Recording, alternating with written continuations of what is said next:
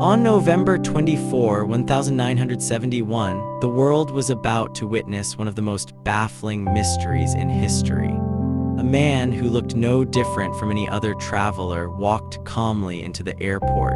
He was wearing a business suit, a black tie, and dark sunglasses. He seemed unremarkable. He seemed harmless. But beneath that ordinary appearance lay a mind that would soon outsmart the entire American justice system. He bought his ticket with cash and boarded Flight 305 from Portland to Seattle. He sat in seat E near the back of the plane. He ordered a whiskey and soda and seemed relaxed. The passengers around him did not suspect anything. He was just another man heading home for Thanksgiving. But he was not going home. He was going to disappear. About an hour into the flight, he handed a note to the flight attendant. She thought it was a love note, but when she opened it, her heart stopped. The note read, "I have a bomb in my briefcase. Sit next to me. You are being hijacked." The flight attendant was terrified, but she remained calm. She followed his instructions and sat beside him. He opened his briefcase, revealing a tangle of wires and red cylinders that looked like explosives. He made his demands, $200,000 in cash and 4 parachutes.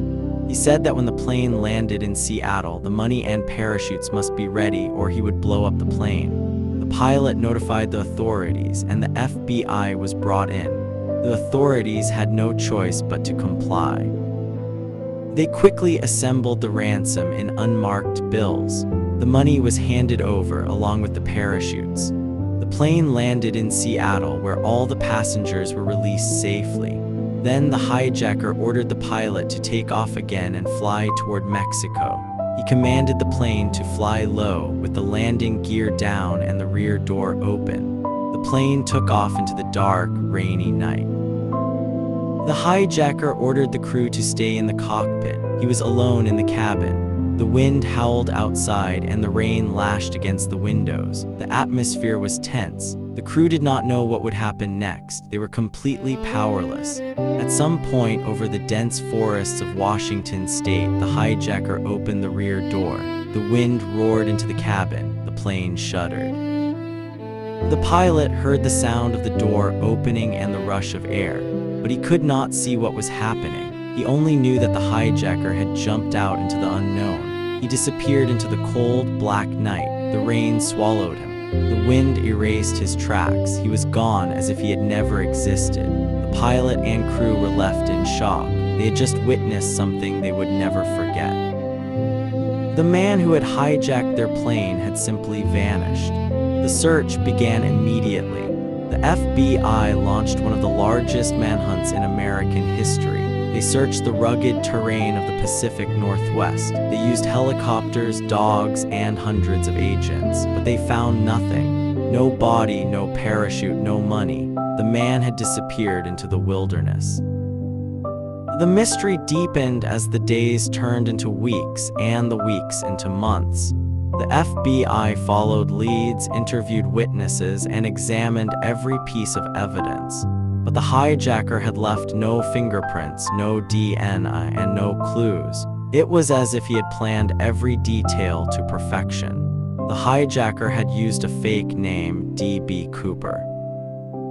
The name was actually a misidentification by the media, but it stuck. He had chosen his moment carefully. He had demanded 4 parachutes, not because he needed them, but to create confusion. He wanted the authorities to believe that he might take a hostage or use a decoy. It was a brilliant psychological move. He had also chosen the night carefully. The weather was bad, with rain and low clouds. It made the search nearly impossible.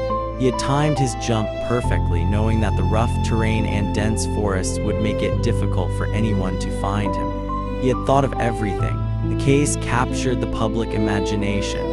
People were fascinated by the mysterious hijacker. He became a folk hero to some and a symbol of rebellion to others.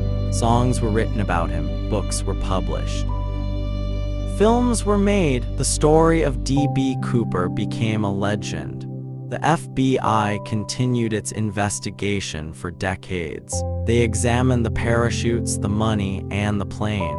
They tested theories and pursued leads, but they never found any definitive evidence. The case remained unsolved, and Cooper remained a ghost. In 1980, a young boy found a bundle of decaying dollar bills on the banks of the Columbia River. The serial numbers matched the money given to Cooper, but only a small portion of the ransom was ever found. The rest of the money and Cooper himself were never discovered. The case became a mystery that refused to be solved. The case of D.B. Cooper is not just a story of crime, it is a story of the human mind. What kind of person would attempt such a daring act? Was he a desperate man, a professional criminal, or someone who simply wanted to outsmart the system? The answer remains unknown. Some believe that Cooper did not survive the jump. They argue that the weather was too harsh, the terrain too rough, and the jump too dangerous. They believe that his body was never found because it was buried under the snow or washed away by the river. They believe that he died in the wilderness, alone and forgotten. Others believe that Cooper survived. They argue that he was too well prepared to fail. They point to the fact that he chose the money in unmarked bills, which made it easy to spend. They believe that he escaped to a remote location, changed his identity, and lived a quiet life. They believe that he is still out there somewhere. Some even believe that Cooper was a former military or intelligence officer. They argue that his knowledge of parachutes, aircraft, and procedures was too advanced for an amateur. They believe that he used his training to execute the perfect crime.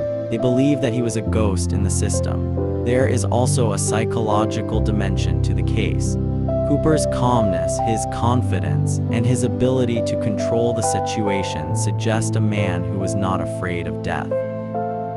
He was willing to risk everything for freedom. He was a man who refused to be controlled. In 2016, after 45 years of investigation, the FBI officially closed the case.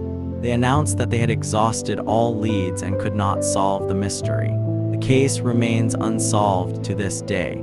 D.B. Cooper is one of the most elusive fugitives in American history. The closure of the case did not end the fascination. People continue to speculate. Every few years, a new theory emerges claiming to have solved the mystery, but none of them have been proven. Cooper remains a ghost in the system. The story of D.B. Cooper has become a part of American folklore. He is a symbol of the unknown, a reminder that some mysteries are never solved. He is a reminder that the truth is sometimes stranger than fiction. The mystery of D.B. Cooper also raises deeper questions. What drives a person to take such a risk? What does it mean to be free? Is freedom worth the cost of a life on the run? These questions have no easy answers. The case of D.B. Cooper is a story about the human spirit. It is a story about courage, fear, and the desire to escape. It is a story that reminds us that we are all capable of both good and evil. It is a story that will never be forgotten. D.B. Cooper is no longer just a man, he is a legend. He is a symbol of the unknown, a reminder that some mysteries are never solved. He is a ghost that still haunts the American imagination. His story is a lesson in human nature.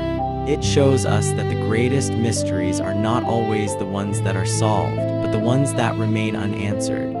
It shows us that the unknown can be more powerful than the known. It also shows us the power of the human mind. Cooper's plan was not just a crime, it was a work of art. It was a masterpiece of deception, planning, and courage. It was a testament to the power of the human will. The mystery of D.B. Cooper is a reminder that the world is full of secrets. It is a reminder that we do not know everything. It is a reminder that there is always something more to discover. And perhaps that is the true meaning of the story. It is not about the money, the parachute, or the jump. It is about the human desire to escape, to be free, and to be remembered. And in that sense, D.B. Cooper succeeded. He escaped, he was free, and he will never be forgotten.